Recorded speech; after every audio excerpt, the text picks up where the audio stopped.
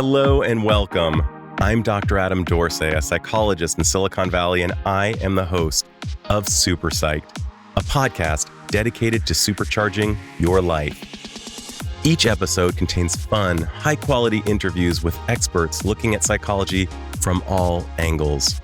Super Psyched is your tool to get more of what you want in your life and less of what you don't. Boundaries.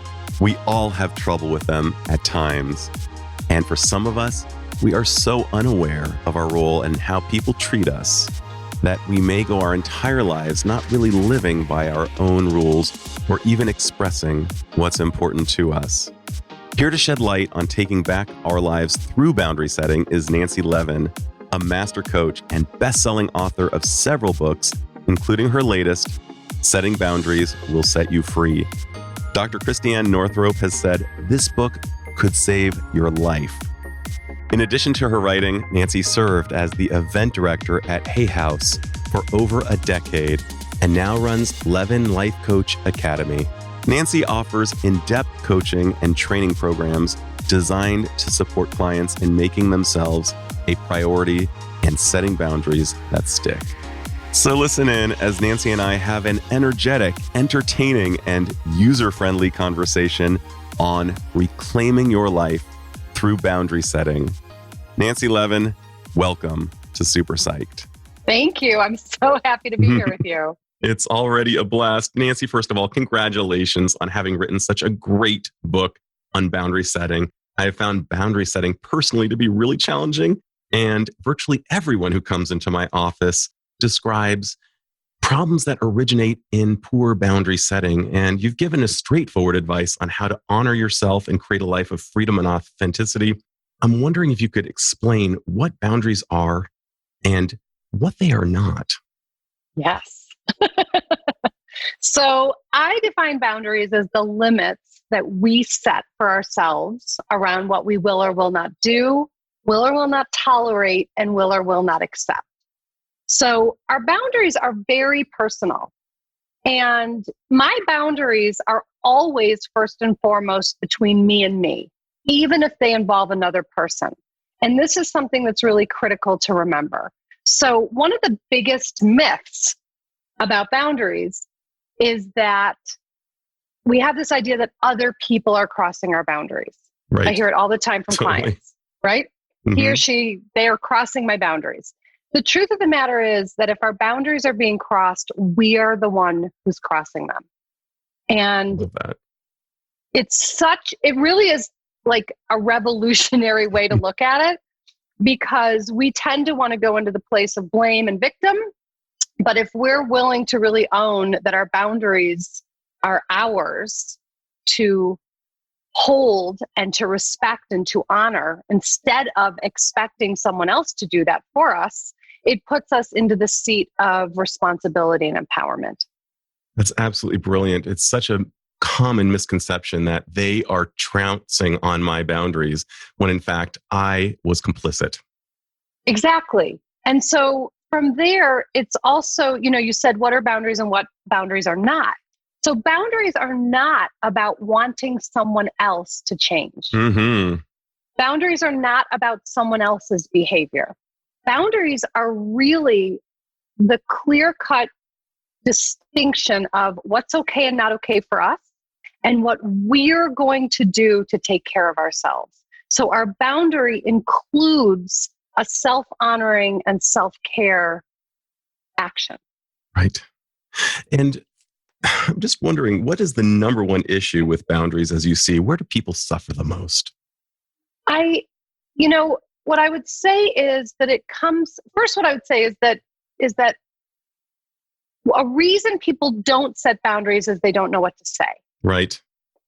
I would also say that the number one telltale sign that a boundary needs to be set is resentment rising. Totally. And we sort of have a misdirected relationship with resentment because we think we're feeling resentment outwardly.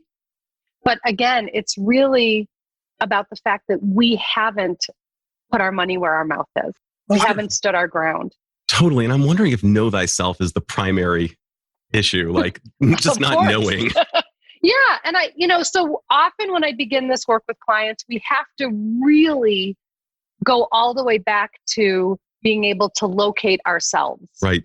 So this whole concept of boundaries first has to begin with, where do I end and someone else begins? Totally. And has to start with some sense of self-referencing, because okay, I imagine some people listening might identify as, people pleasers Right. or peacekeepers Totally. or, conflict avoiders, Mm-hmm. not rock the boaters. Mm-hmm. And I get it. I lived decades of my life this way.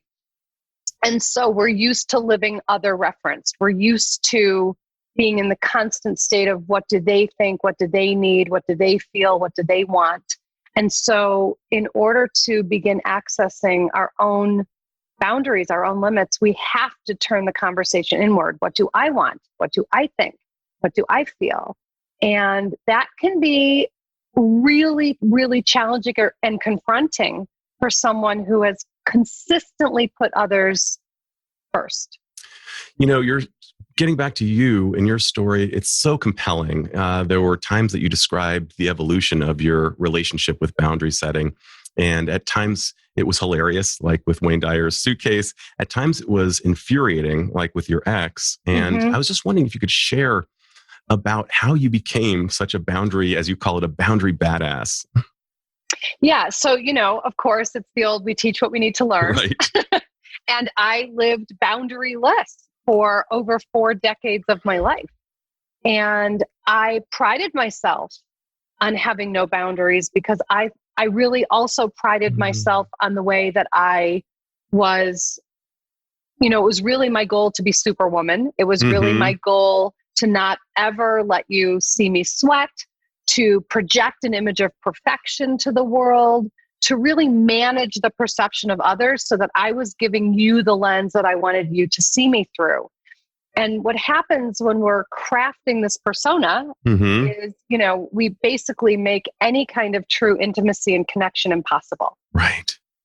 And so I ultimately learned, the hard way, through a very,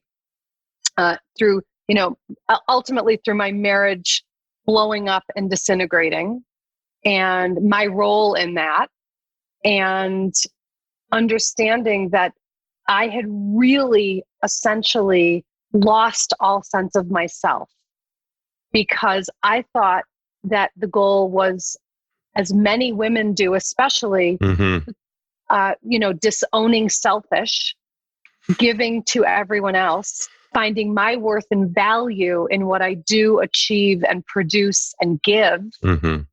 And essentially sublimating all my wants and needs and desires in service of everyone else's. So I was, for 12 years, I served as the event director at Hay House. It was an incredibly, it was my dream job for years. I never in a million years thought I would leave my job, but my job was really about having sort of that front row seat and backstage pass to all the greatest minds in the fields of, self-empowerment and motivation and inspiration and wellness. And yet I spent so much energy shining the light on them that I ultimately vanished. It's heartbreaking to hear. And I imagine that if you ultimately vanish, there's nothing of you to give. As you just said, you are not in relationship. You've worked with hundreds, if not thousands of people. And I'm sure you've heard things like, I try to be everything to everyone. And yet it's easy to see from the outside that this is an impossibility. I'm wondering if you could tell more about the long-term consequences. Fortunately, you caught yourself in the act, but I'm wondering, what are the long-term consequences of trying to be everything to everyone? I think the long-term consequences are never really stepping into the ownership of taking center stage of our own life, to our visibility, to accessing our own sense of desire and really catalyzing it. I think that a long-term effect is that we lose sight of the fact that we have choice. And, For me, it ultimately comes down to some version of an unlived life or living someone else's life that we're never really living on our own terms. And to me, that's part of what I'm on really like a crusade around, to stop living other people's lives, to really check in with what do I want my life to be, and to reclaim selfish, to not look at selfish as a bad thing, but to really see that selfish and self-love and self-care, I look at them as like they're three sisters. Right. Whose job it is to support us in honoring ourselves, and to look at this in sort of a progression. I often share this example with my clients, and I mean it metaphorically, and yet so many of my clients have said, oh no, that's actually real. Right. But it's really the way in which we've settled for setting the table with, the fancy lace cloth and the fine china and the silver and the crystal. And we have, made the big juicy steak or the big juicy tofu, and we've made sure everybody has what they need. Yes. And then we stand in the kitchen in the dark over the sink eating the scraps and the crumbs. Totally. Right? Yes. And so, yes. So this is really about how do we not only bring ourselves to the table literally, but how do we actually put ourselves at the head of the table? How do we give ourselves permission to consider our own needs at least as much as we're considering everyone else? Like, that's the baseline I want to at least get to. How do we consider ourselves at least as much as we're considering everyone else? Then over time, how do I give myself permission to consider myself more? How do I consider my own needs more than I'm considering everyone else? And then how do I consider myself first? I love that idea. Growing up, there were the idea of these are plates that we only use when guests come. And to your point of eating the scraps at the kitchen sink while everyone else is dining and having a great time, and even more tragically still, not being the star in our own life. And then at the end of life, having that regret, like, wow, I did a lot of great stuff, but nothing for me. What an empty slideshow it would be. One of my favorite lines in your book was the willingness to feel short-term discomfort by setting boundaries is the gateway to everything you've ever wanted. And I imagine that on the way to doing that, there is so much discomfort. I'm wondering if you could tell me, what are the common messages that might interfere with one's ability to actually summon up the conviction to say, I'm going to do this. I'm going to tolerate the discomfort. What are the common pop-ups that might show up in our head? I love that you're bringing this up, because I do think that we are wired to avoid discomfort at all costs. Right, we are. And so one of, something that comes in to sort of tell us that it's not okay to sit with the discomfort is, first, this idea that the goal of relating, and I mean, intimate partnership, but even my relationship with my mother, anyone, that the goal of relating is harmony at all costs. And the thing is that harmony at all costs comes at a really high cost. Right? It comes at a really high cost to us, because we're in that loop of what do I need to do or say to make everything be okay? So we're not wanting to be in the discomfort because we're not wanting someone to be angry. Right. We're not wanting someone to be disappointed. We're not wanting someone not to like us. Right. And I pay very close attention to language. It's one of the great gifts I received from my dear friend and mentor, Louise Hay. She was so precise about language. And I'm sure you hear this all the time. It's common that people say, I made him mad. Right. Or, and it's really to peel apart the fact that someone else's response to our truth is not our responsibility to manage. Right. So we can't make someone mad. They can feel angry as an impact of something we say or do, but we're not making them mad. And as soon as we can sort of unhook that piece gives us more freedom as well. So to be able to actually sit with the discomfort of someone else being mad is, I think, a high skill. Right. I'm not saying that it's easy, but I'm saying it's possible. And I'm saying that we can still stay in connection even if there's conflict. And I would say that we're even more in connection in light of the conflict because we're being real and hopefully kind in the process. Exactly. What I'm gathering from how you're talking is it's not, hey, I'm just being real and I'm being a jerk at the same time. I'm being kind and I'm being clear.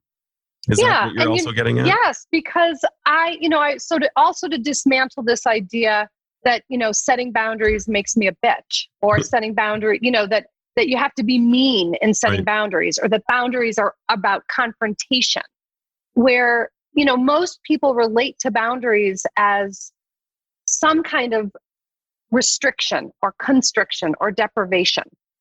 I also relate to boundaries as being expansive, so that our boundaries really help us, carefully choose and consciously curate what we want in our lives. Right.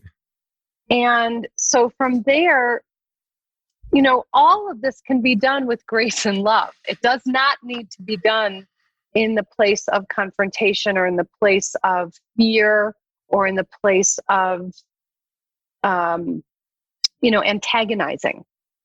It's interesting. The concept of what do I want? It sounds like the most primal question. Here I am in Silicon Valley working with some of the smartest and most successful people in the world, possibly into their 5th decade. And when I ask, what do you want? They are bereft of an answer. They just kind of look at me. I have absolutely no idea. I've just been dancing to the songs that have been handed to me. I'm wondering, how do you help people really tap in to that golden truth of what do they want? I'm so glad you're bringing this up too, because I'm with you.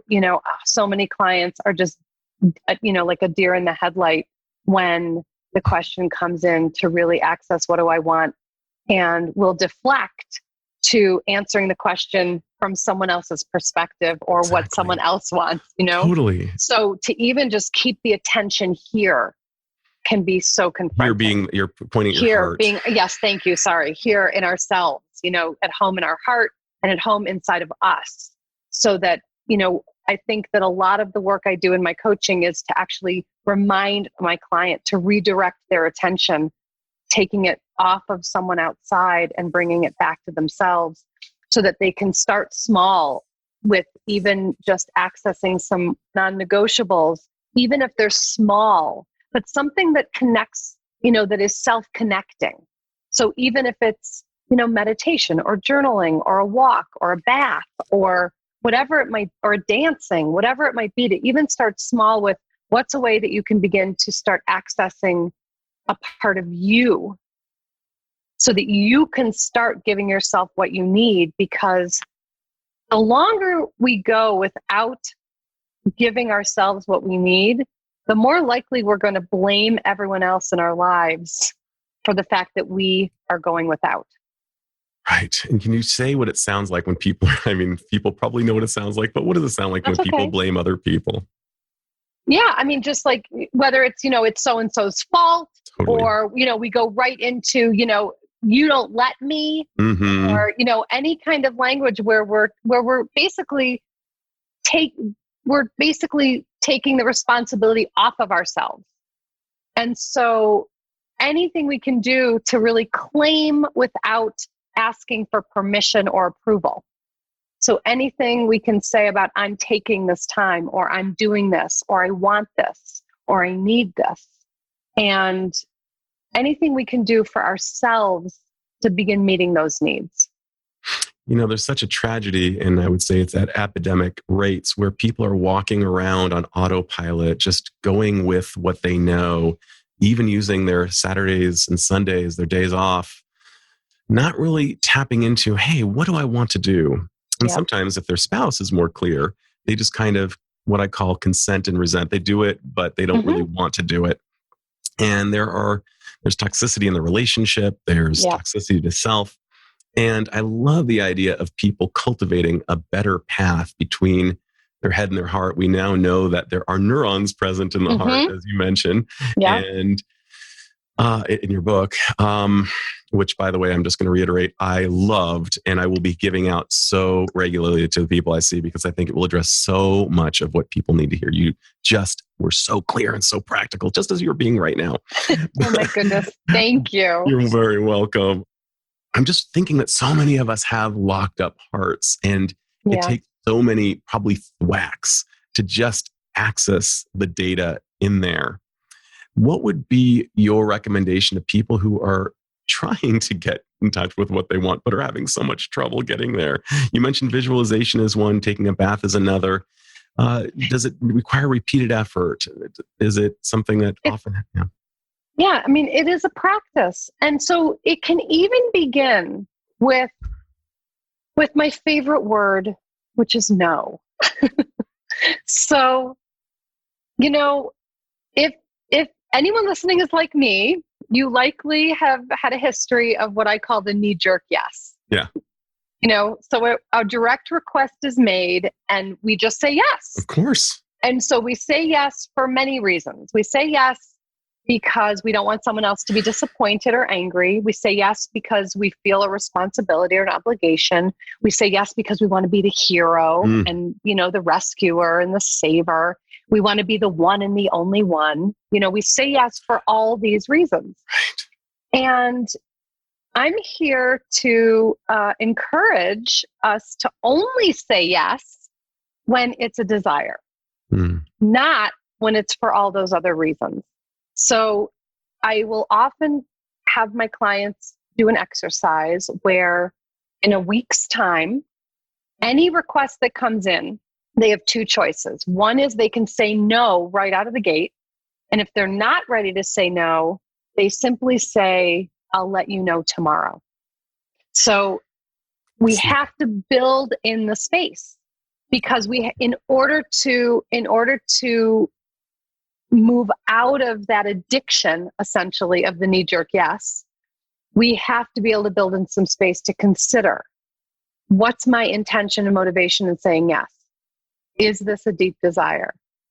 Am I going to say yes and then 1 second later think, how the hell am I going to get out of this? Which we all know about that. Or am I going to say yes and see that sitting like a lump on my calendar and I'm going to dread it every minute until it arrives? Right? So why? Why do we do this to ourselves? And so we don't have to do this, is what I'm saying. We can simply learn how to say no, because the truth is that once we're clear on our no, it will free our yes.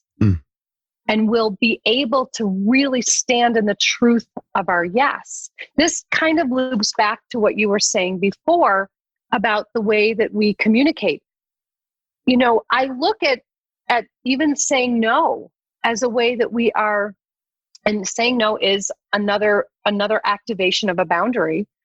How we say no is even a way in which we are essentially giving people pieces of our puzzle. We're giving people pages of our operating manual. We're saying, like, this is how I work. This is what's true and real for me. And to me, that's the basis and foundation of true intimacy and connection. So instead of showing up as many people do, with ultimately what becomes a bait and switch, let me be a chameleon. Let me be who I think you want me to be. Let me show up on the first date as someone that I want you to choose without me deciding, do I want to choose you? Let me make myself into something that seems attractive or enticing, or, whatever I can be that would have you pick me. And then the truth of the matter is we can only hold our breath for so long underwater, exactly. Right? Because at some point it's going to come out, I hate sushi, exactly. Or I hate my mountain bike, or whatever it is. It's going to come out. It's the premise of so many sitcoms Right. where he's trying to accommodate and be something so that she'll like him. Right. But it's true. All of it's true. We all relate to it. We've all done it. And we've all done it. So what I'm also saying, the invitation here is to what happens if you actually simply show up as you in your life? I mean, that alone is a confronting statement. What if you just simply show up as you? What if you is enough? Right. What would happen? What would that look like? What would you do? What would you choose? If someone says to you, this is another really simple place to begin. It sounds crazy, but I know you'll get it. Someone says, what do you want for dinner? And our knee-jerk response is, I don't care. What do you want? Exactly. Right? What happens if I actually consider, what do I want for dinner? I really want Italian tonight. Whatever.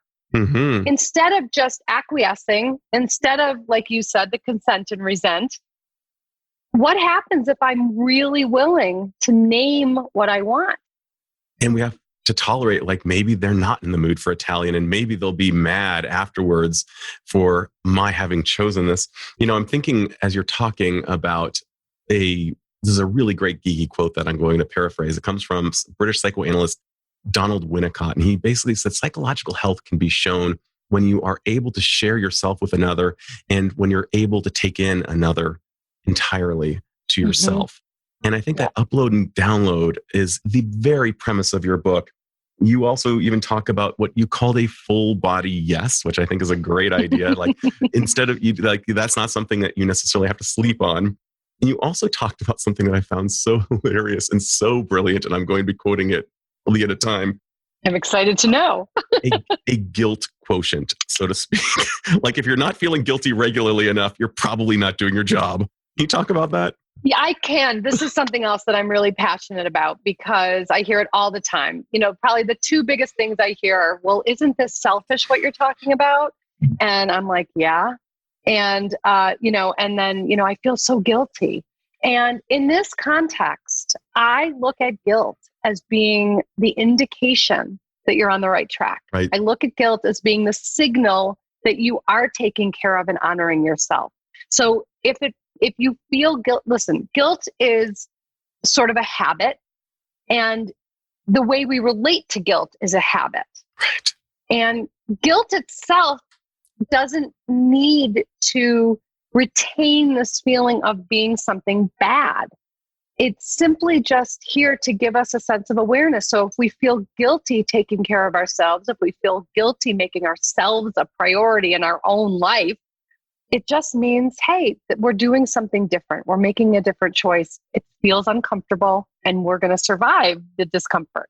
Totally. It seems like not boundary setting is the ultimate form of procrastination. And my definition for procrastination is the fallacy that it will hurt less later than it does hurt now to do this thing. And I love the idea of Brene Brown, as you mentioned, twirling her ring, as she's saying no, recognizing that it will hurt a little bit now, but it'll hurt a lot less than it will hurt over time if I do say yes to this thing. And that we need to come up with various coping strategies to tolerate the discomfort that always arises when we say no.